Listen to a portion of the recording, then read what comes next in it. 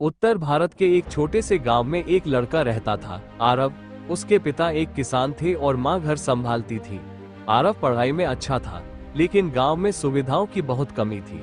School सिर्फ 5वीं तक था और उसके बाद की पढ़ाई के लिए 8 किलोमीटर दूर शहर जाना पड़ता था।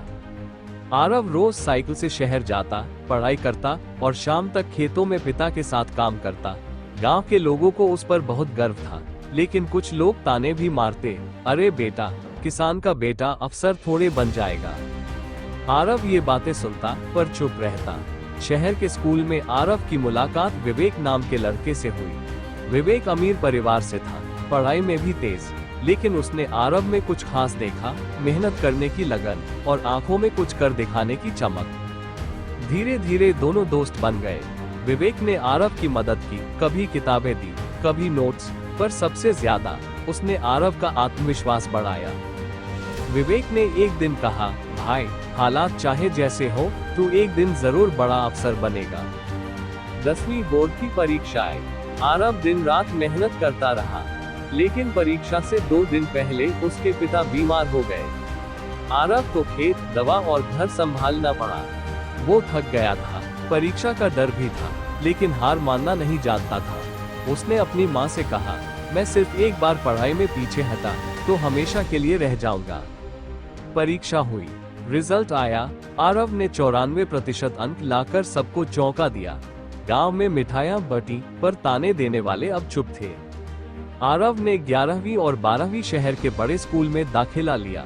वहां के बच्चे अंग्रेजी में बात करते, महंगे कपड़े पहनते और उसका मजाक उड़ाते। एक दिन एक लड़की ने कह दिया, तुम गांव से हो ना, लगता भी है तुम यहाँ फिट नहीं हो। आरव को बहुत दुख हुआ, लेकिन विवेक ने उसका कंधा थपथपाया, भाई, ये सब तेरा ध्यान भटकाने वाले हैं, तू मंजिल पर नजर रख। आरव ने किताबें उठाई और फिर से डट गया। आरव का सपना था IAS अफसर बनना। गांव का लड़का, बिना कोचिंग, बिना सुविधाओं के, क्या ये मुमकिन था? उसने खुद की पढ़ाई का तरीका बनाया। रोज सुबह 4 बजे उठता, गांव की लाइब्रेरी में जाकर अखबार पढ़ता, नोट्स बनाता और रात तक पढ़ता। लोग कहते, इतनी मेहनत बेकार जाएगी, सिविल सेवा आसान नहीं।